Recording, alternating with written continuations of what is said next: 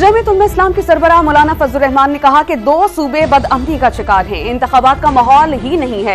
एक भी कारकुन मरा तो इलेक्शन कमीशन ऑफ पाकिस्तान और अदलिया इसकी जिम्मेदार होगी। उन्होंने इंतखाबी मैदान से ना भागने का दावा करते हुए पीटीआई को दोबारा लॉन्च करने की साजिश का इल्जाम भी धर दिया। चीफ इलेक्शन कमिश्नर ने और इलेक्शन कमीशन ने शेड्यूल जारी करना है और सुप्रीम कोर्ट के हुक्म पे करना है, तो इलेक्शन कमीशन कब आज़ाद इदारा हुआ?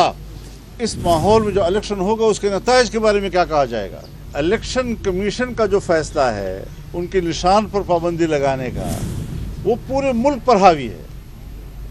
उसका जो रिडक्शन पूरा मुल्क है, और पेशावर हाई कोर्ट के हुदूद जो है वो सिर्फ अपना सूबा है।